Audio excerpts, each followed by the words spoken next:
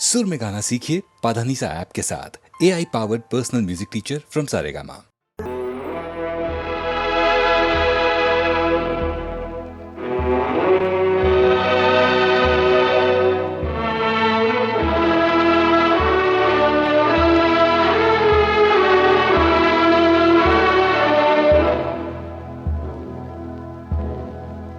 मेरा तो जो भी कदम है वो तेरी राह में है। मेरा तो जो भी कदम है वो तेरी राह में है। कि तू कहीं भी, कि तू कहीं भी रहे, तू मेरी निगाह में है। मेरा तो जो भी कदम है वो तेरी राह में है। कि तू कहीं भी रहे, तू मेरी निगाह में है।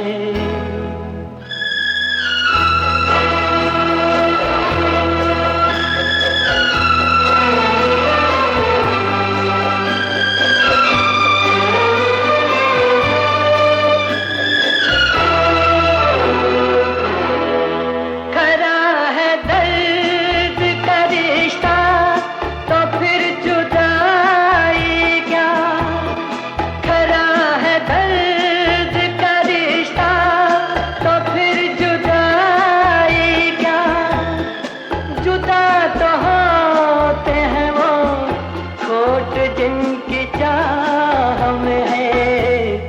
मेरा तो जो भी कदम है वो तेरी राह में है। कि तू कहीं भी रहे, तू मेरी निगाह में है।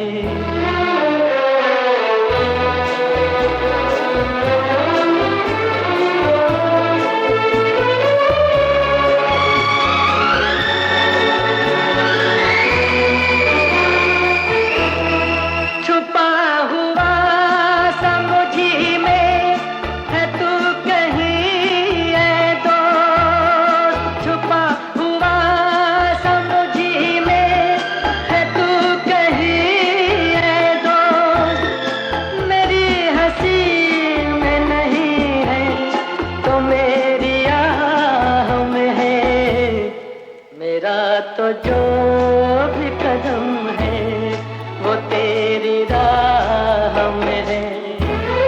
कि तू कहीं भी, कि तू कहीं भी रहे, तू मेरी निगाह में है। मेरा तो जो भी कदम है वो तेरी राह में है। कि तू कहीं भी रहे, तू मेरी निगाह में है।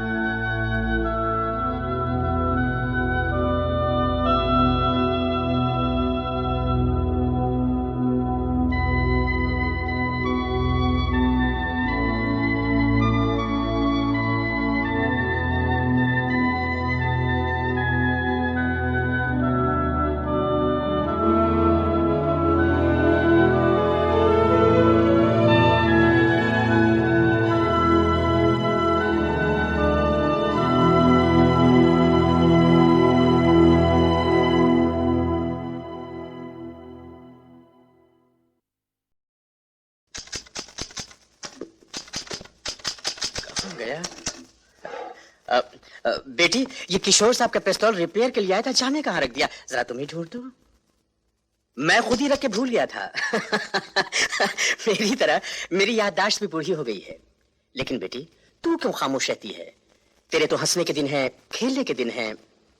ऐसे ही चुप रहने की आदत सी हो गई है। मैं सब समझता हूं बेटी। वक्त सबसे बड़ा इलाज है। अल्लाह तुझे हिम्मत दे, सबकी ताकत दे।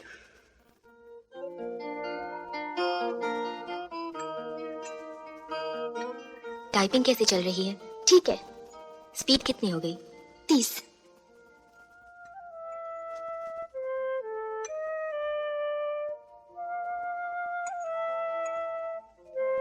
अशोक जी की चिट्ठी आई? आई। जवाब दिया? नहीं। जवाब तो देना चाहिए। क्या जवाब देती? दीदी मुबारक हो, मैंने स्टेनो टाइपिंग का डिप्लोमा पास कर लिया है। उधर क्या खड़ी है, इधर आ। दीदी तुम कहो तो मैं नौकरी के लिए अर्जी दे दूं? जैसा तुम चाहो। बेटी, मैं 2 दिन के लिए बंबई जा रहा हूँ। दुकान बंद करके चाबी अपने पास रखना। और हाँ, इस महीने से अपनी तनख्वाह में 100 रुपए बढ़ा लेना। Thank you. दीदी दीदी कमाल हो गया, मैं तो टाइपिस्ट की नौकरी के लिए इंटरव्यू देने गई थी, पर मुझे मैनेजिंग डायरेक्टर की सेक्रेटरी के लिए इंटरव्यू देने बुलाया गया है। पास हो गई तो 900 रुपए महीना सैलरी मिलेगी। तब तुम मेरी चिंता छोड़कर अशोक जी से शादी कर लेना। लेकिन मैं इंटरव्यू में आ जाऊंगी ना? क्यों नहीं, तू स्मार्ट है, समझदार है, पढ़ी लिखी है। पर मेरे पास तो कोई अच्छी ड्रेस ही नहीं है। याद है उस दिन उस दुकान में हमने वो ड्रेस देखी थी ना? हाँ। आज वही पहन के जाना। पर वो तो बहुत महंगी है। तू चिंता मत कर, आज मुझे 100 रुपए का इंक्रीमेंट मिला है। Congratulations! लगता है आज का दिन बहुत लकी है, सब कुछ अच्छा ही अच्छा हो रहा है। Good evening sir. Good evening, please take your seat. Thank you sir. Type कर लेती हो? Yes sir, 40 words per minute बिना गलती के। गुड। शॉर्ट हैंड में भी लिख लेती हो? Yes sir. हाँ, और क्या क्या कर सकती हो?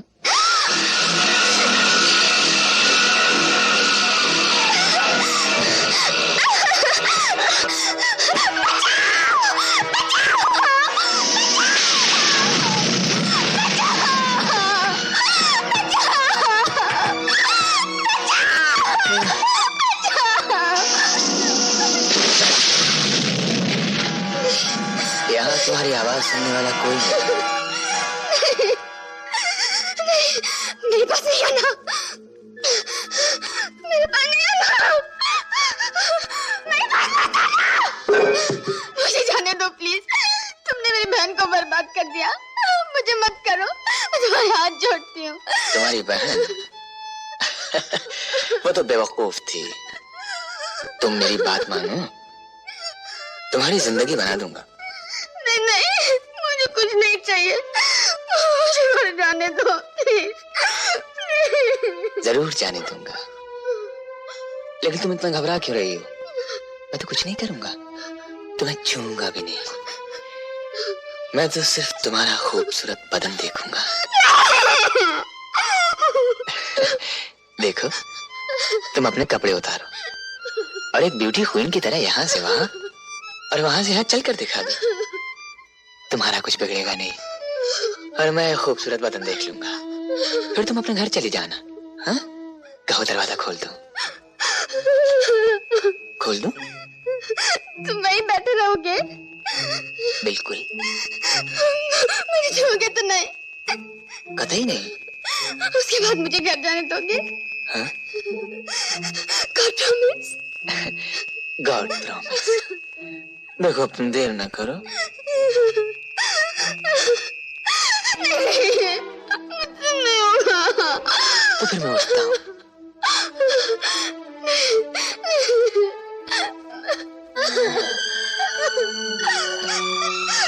अब मैं जाऊँ? हाँ, जाओ।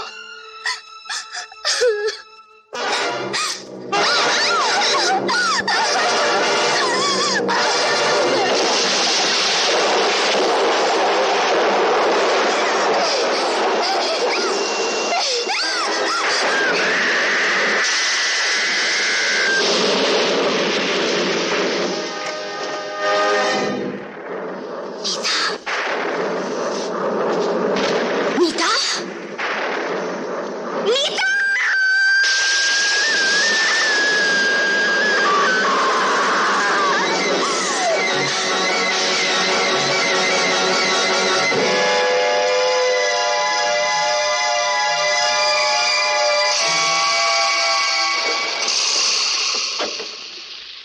नमस्कार सेठ जी। नमस्कार सेठ।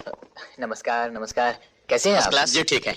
सेठ जी, आपने गुप्ता हॉस्पिटल बनवाकर बड़े ही पुण्य का काम किया है। जी हाँ, आप जैसे धर्मात्मा दो चार और पैदा हो जाएं तो इस देश का उद्धार हो जाए। भगवान आपको इन सेवाओं का फल जरूर देगा। मैं तो सिर्फ कर्म करता हूँ भाई, फल देना तो इसके हाथ है। हाँ, और उसके राज में देर हो सकती है, अंधेर नहीं। भारती ना।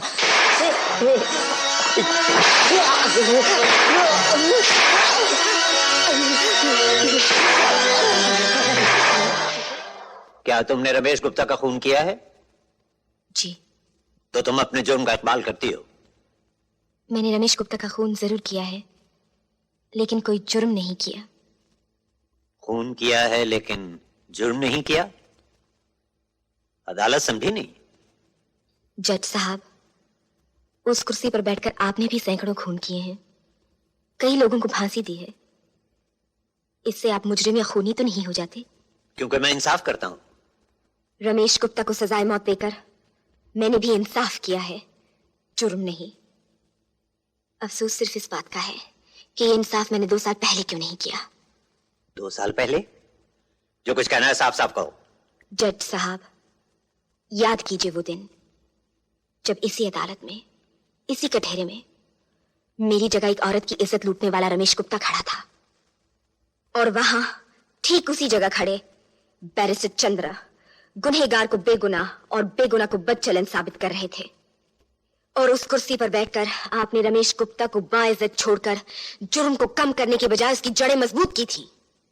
इसलिए जज साहब, आज मुजरिम के कटहरे में आपको होना चाहिए और आपकी जगह मुझे, क्योंकि आपने इंसाफ न करके जुर्म किया है और मैंने कानून हाथ में लेकर इंसाफ किया है, मुजरिम को सजा दी है।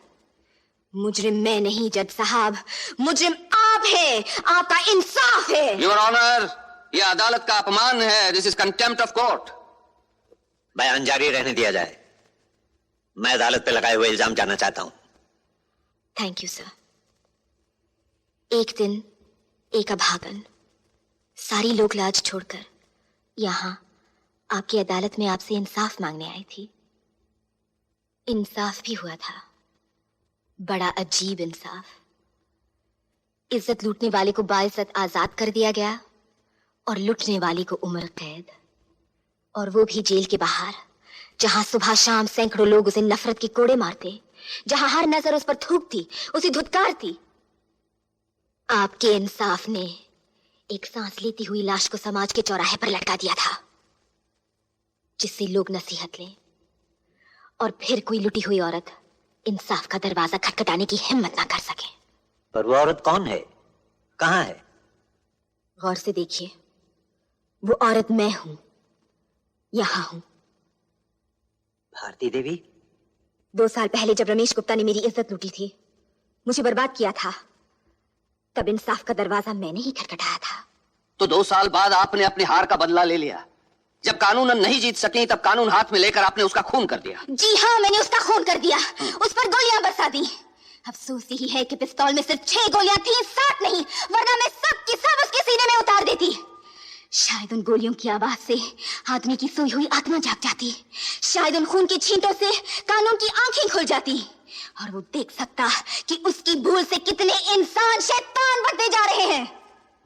जज साहब, औरत आदमी को भगवान मानती है, लेकिन ये भगवान माँ, बहन, बेटी सब कुछ भूलकर औरत को सिर्फ हार्ड मास का खिलौना समझता है।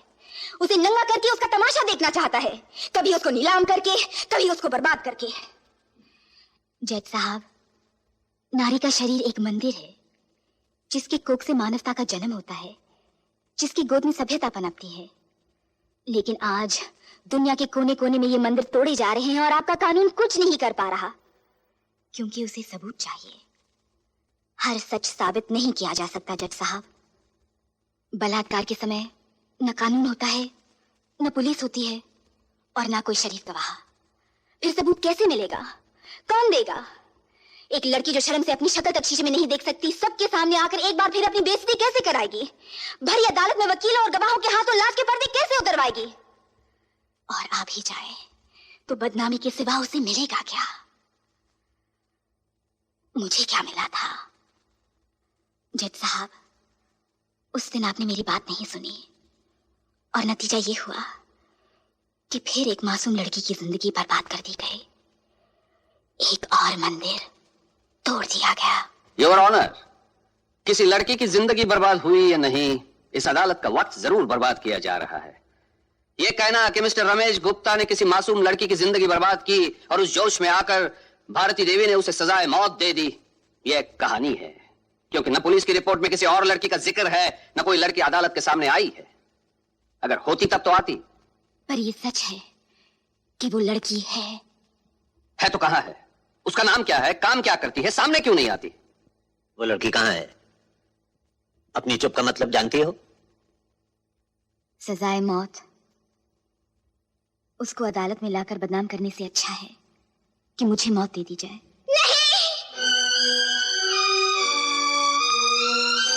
वो लड़की मैं हूँ जज साहब।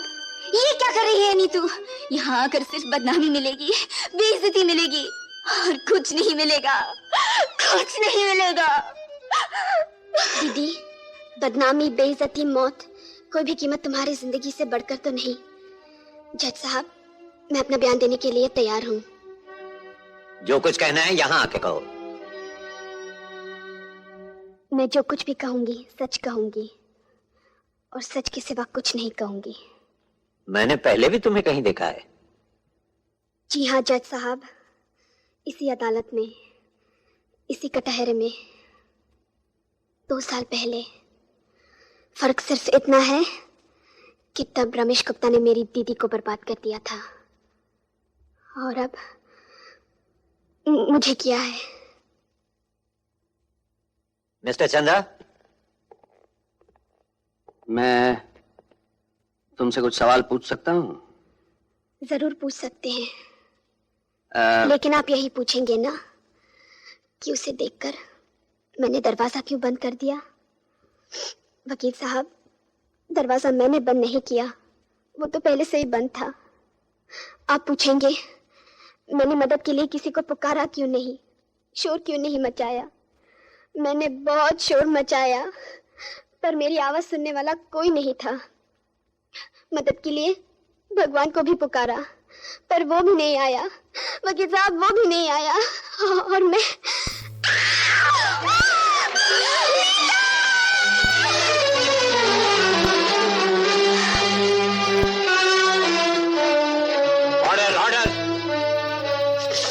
तुमसे कहा था यहाँ मत आना, क्यों आई? यहाँ इंसाफ नहीं मिलता, बदनामी मिलती है।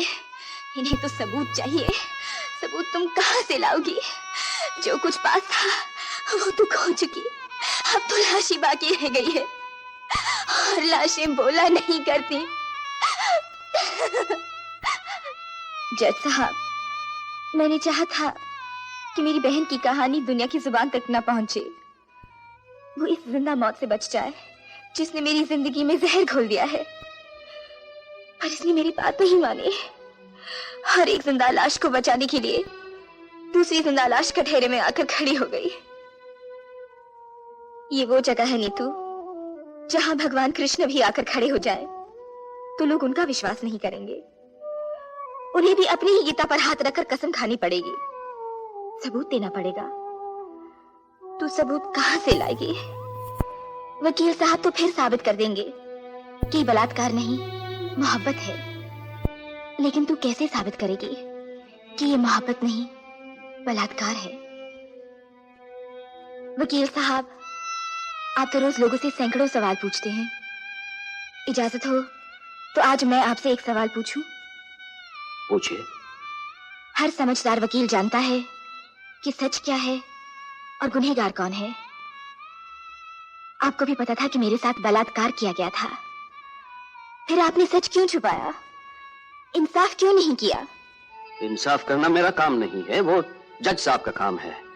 मेरा काम, मेरा फर्ज सिर्फ अपने क्लाइंट की वकालत करना है, उसको बचाना है, और हर वकील का यही फर्ज होता है। मैंने सिर्फ अपना फर्ज पूरा किया था।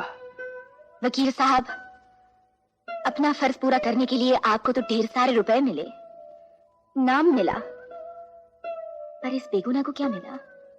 समाज को क्या मिला? इंसानियत को क्या मिला? क्या इनके लिए आपका कोई फर्ज नहीं? आपने कभी सोचा है वकील साहब, कुछ रुपयों के लिए आप जिन शैतानों की रक्षा कर रहे हैं वो एक दिन आपके बच्चों को भी खा सकते हैं? कभी सोचा है कि इसकी जगह आपकी बेटी भी हो सकती थी? जो इसके साथ हुआ है उसके साथ ही हो सकता था। देखिए, इसकी तरफ देखिए।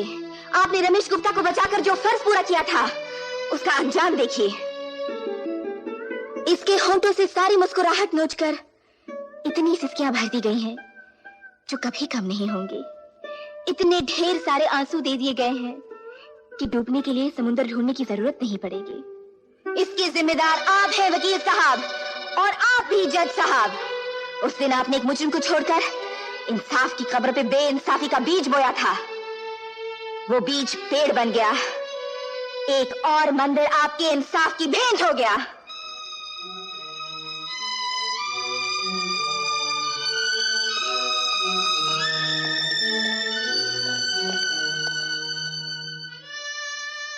जज साहब, 2 साल पहले इसी अदालत में मैं आपसे इंसाफ मांगने आई थी, सो तो नहीं मिला।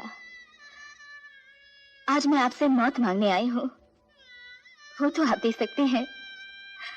मुझे मौत दे दीजिए जज साहब, मुझे मौत दे दीजिए, मुझे मौत दे दीजिए, मुझे मौत दे दीजिए।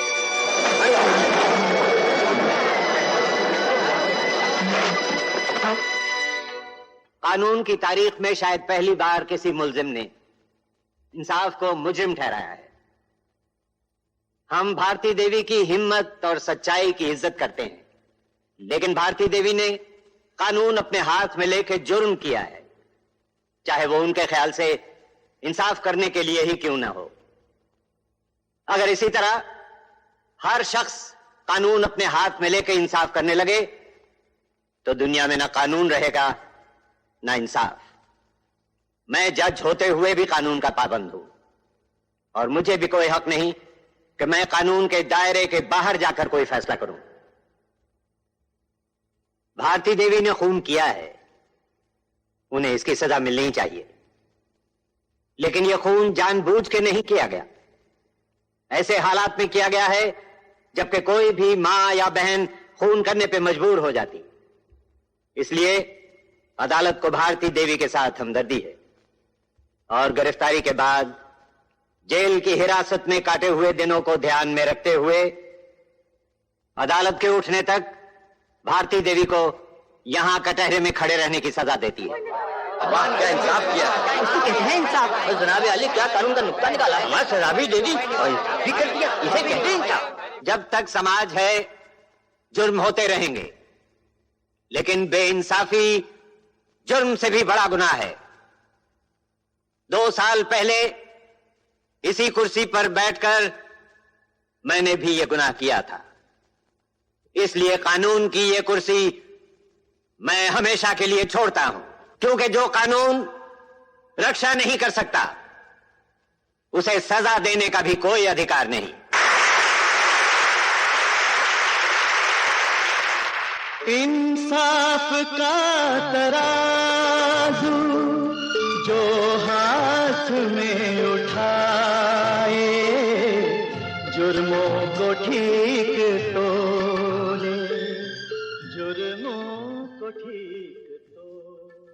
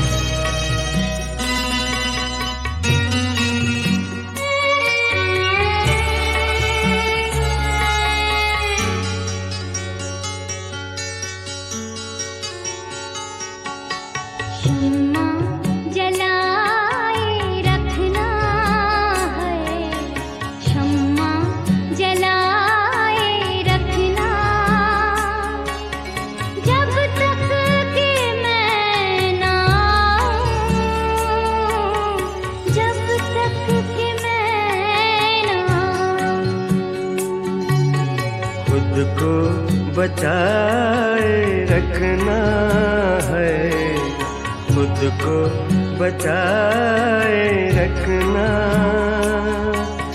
जब तक के मैं ना हूँ, जब तक के मैं ना हूँ, शम्मा जलाए रखना है, शम्मा जलाए रखना। जब तक के मैं ना हूँ, जब तक के मैं ना हूँ।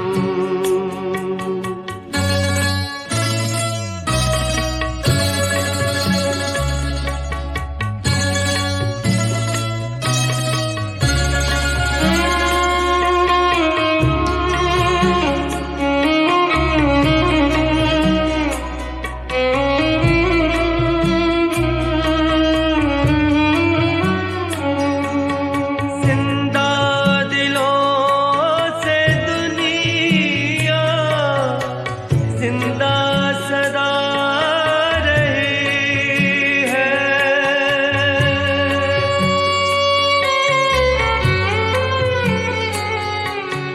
जिंदा दिलों से दुनिया जिंदा सदा रही है, जिंदा सदा रही है।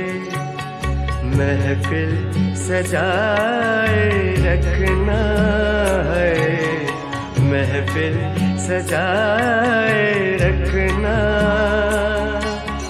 जब तक के मैं ना हूँ, जब तक के मैं ना हूँ।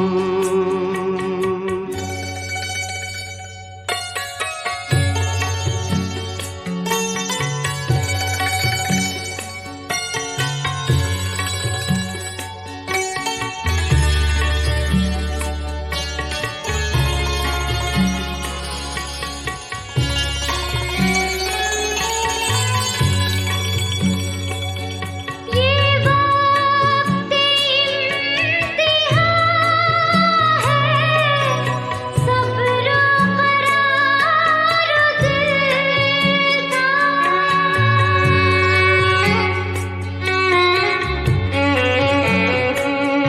ये वक्त इंतहा है, सब्र करार दिल का, सब्र करार दिल का। आंसू छुपाए रखना है, आंसू छुपाए रखना। जब तक के मैं ना हूँ, जब तक के मैं ना हूँ।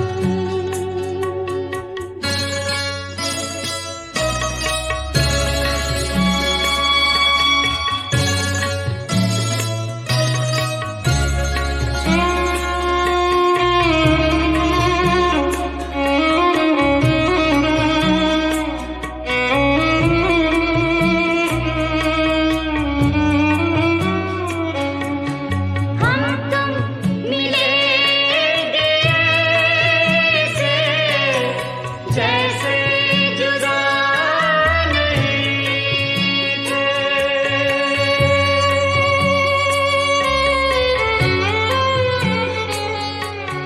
हम तुम मिलेंगे ऐसे, जैसे जुदा नहीं थे, जैसे जुदा नहीं थे। सांसें बचाए रखना है, सांसें बचाए रखना। जब तक के मैं ना हूँ, जब तक के मैं ना हूँ।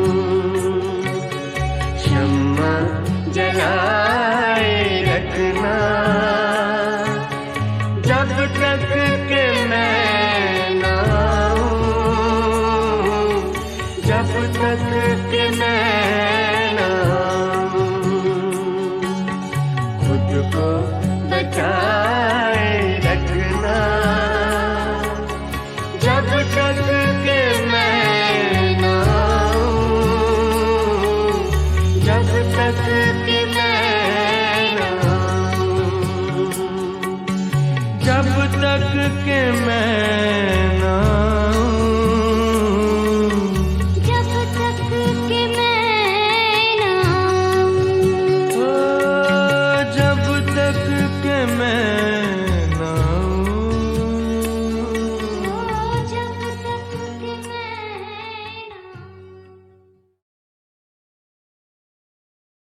नहीं तकदीर के आगे कोई तकदीर चलती है अगर चलती है दुनिया में तो बस तकदीर चलती है इस तकदीर के आगे झुक गए इस तकदीर के आगे झुक गए मुफलिस और अमीर दुनिया वालों इस दुनिया में सबसे बड़ी तकदीर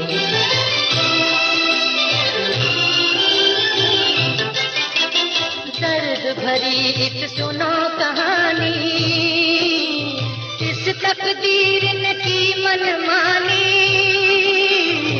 कातिल कहराया निर्दोष को फेंक दिया फिर काले पानी 16 बरस के बाद ही टूटी 16 बरस के बाद ही टूटी कैद की जंजीर दुनिया वालों इस दुनिया में सबसे बड़ी तकदीर बेटा बाप मिले मुश्किल से बिछड़ गए आपस में मिलके बाप के दिल में अपने खून की बाप के दिल में अपने खून की जादू की तासीर दुनिया वालों इस दुनिया में सबसे बड़ी तकदीर लाखों ही अरमान है दिल में खुशियों के तूफान है दिल में पर उसको मालूम नहीं है पर उसको मालूम नहीं है रूठ गई तकदीर दुनिया वालों इस दुनिया में सबसे बड़ी तकदीर अपनी ही संतान से कोई आज हुआ अनजान है कोई जान पहचान हुई ना लेकिन जान पहचान हुई ना लेकिन लगा कलेजे की दुनिया वालों इस दुनिया में सबसे बड़ी तकदीर लाखों लोग चले हैं तिलक के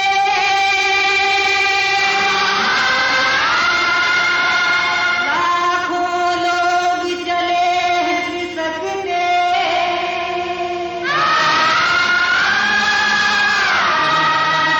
कहाँ हो दुनिया के रखवालों एक नजर इन पर भी डालो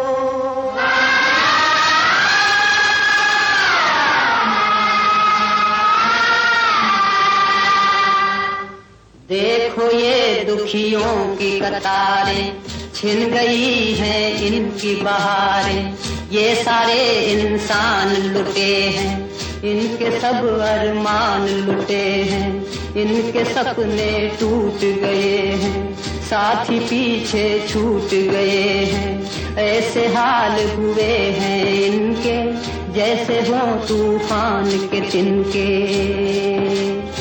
हाय सियासत कितनी गंदी बुरी है कितनी फिरका बंदी आज ये सब के सब नर नारी हो गए रस्ते के भिखारी लुटे हैं लाखों सुहाग घरों के बुझे हैं लाखों चिराग घरों के पूछो आज कहेंगे ये मुखड़े कितनी चूड़ियों के हो गए टुकड़े देखो हमने घर को किस तरह बांटा है एक हाथ ने हाथ दूसरा काटा है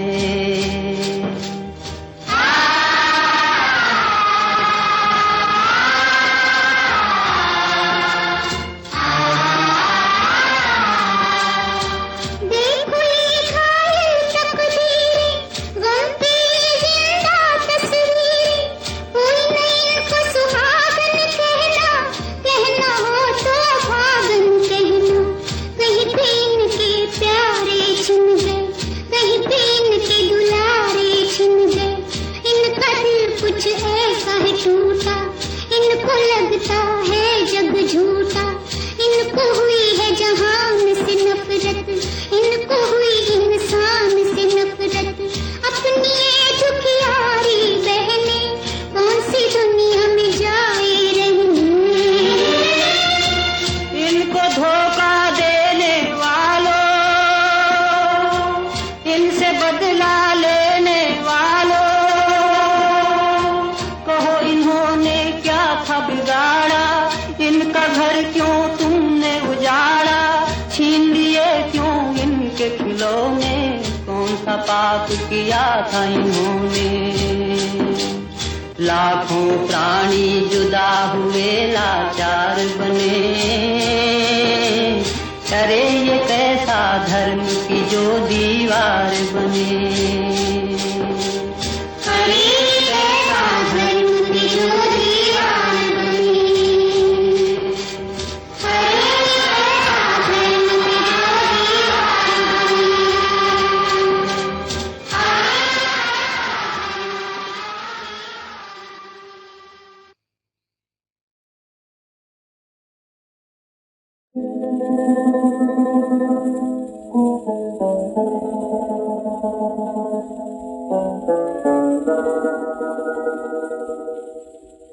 रोते है किस्मत, हंसी है दुनिया, देख लिया हमका नजारा।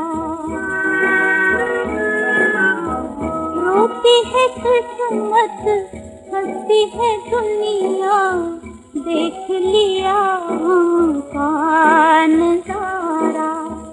सामने तेरे दुनिया के मालिक, डूब गया दिल का सितारा।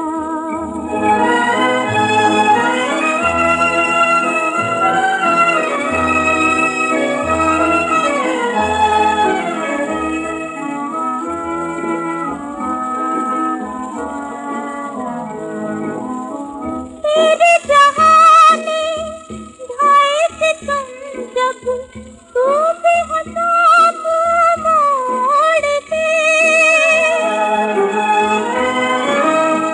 तेरे जहां में ढाए सितम जब तू भी हंसा मोड़ के। तुझको मिला क्या इतना बता दे, प्यार भरा दिल तोड़ के। बीच भंवर में दिल का सफीना, दूर हुआ हमसे किनारा। सामने तेरे दुनिया के मालिक, डूब गया दिल का सितारा।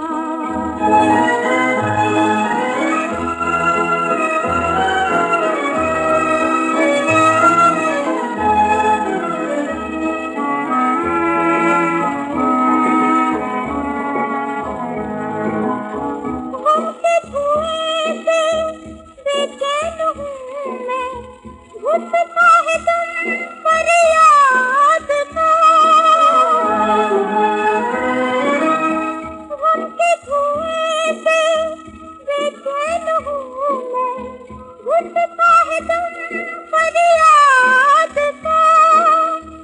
कौन सी मुझको आँख दिखाए, कौन यहाँ बर्बाद था। इंसाफ वाले इंसाफ कर दे, कोई नहीं अब तो हमारा। सामने तेरे दुनिया के मालिक, डूब गया दिल का सितारा।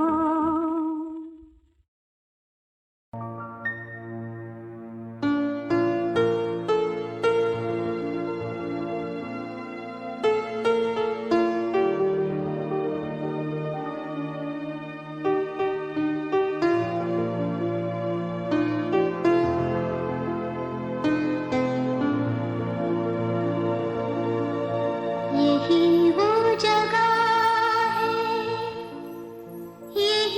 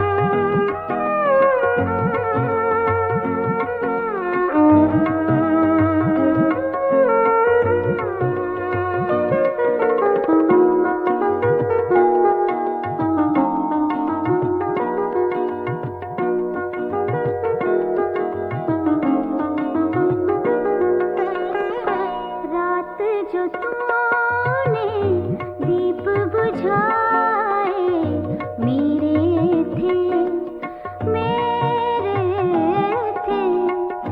रात जो तूने दीप बुझाए मेरे थे, मेरे थे। अश्क जो तारीकी ने छुपाए मेरे थे, मेरे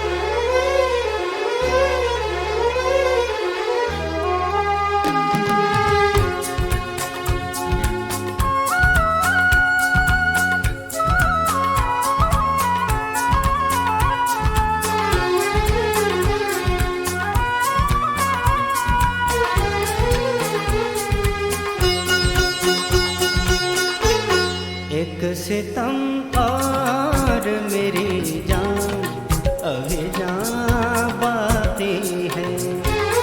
एक सितम और मेरी जान अभी जान बाकी है। दिल में अब तक तेरे उल्फत का निशान बाकी है। एक सितम और मेरी जान अभी जान बाकी है। एक सितम और मेरी जान अभी जान बाकी है।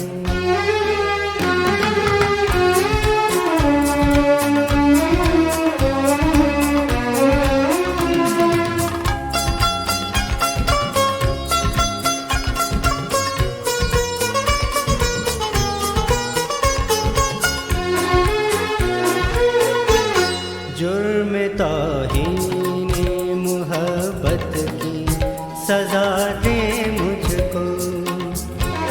कुछ तो महरूम ये उल्फत का सिला दे मुझको। जिस्म से रूह का रिश्ता नहीं टूटा है अभी। खौफ से सब्र का दामन नहीं छूटा है अभी। अभी जलते हुए ख्वाबों का धुआं बाकी है। एक सितम और मेरी जान अभी जान बाकी है। एक सितम और मेरी जान अभी जान बाकी है।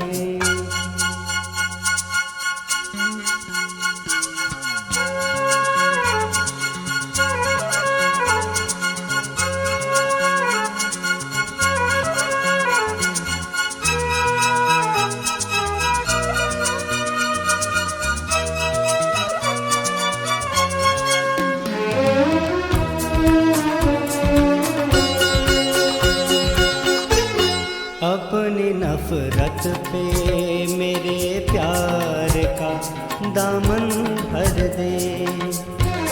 दिले गुस्ताख को महरूम ये मोहब्बत कर दे।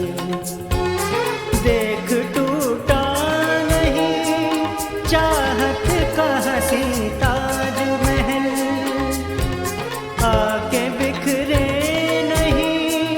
महकी हुई यादों के कंवल। अभी तकदीर के गुलशन में खिज़ां बाकी है। एक सितम और मेरी जान अभी जान बाकी है। एक सितम और मेरी जान अभी जान बाकी है।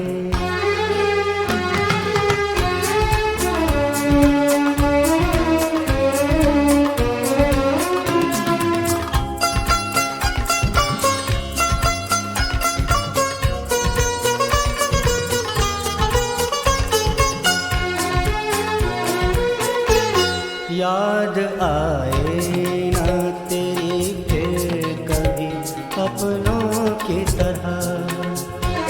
भूल जाऊं तुझे भूले हुए सपनों की तरह।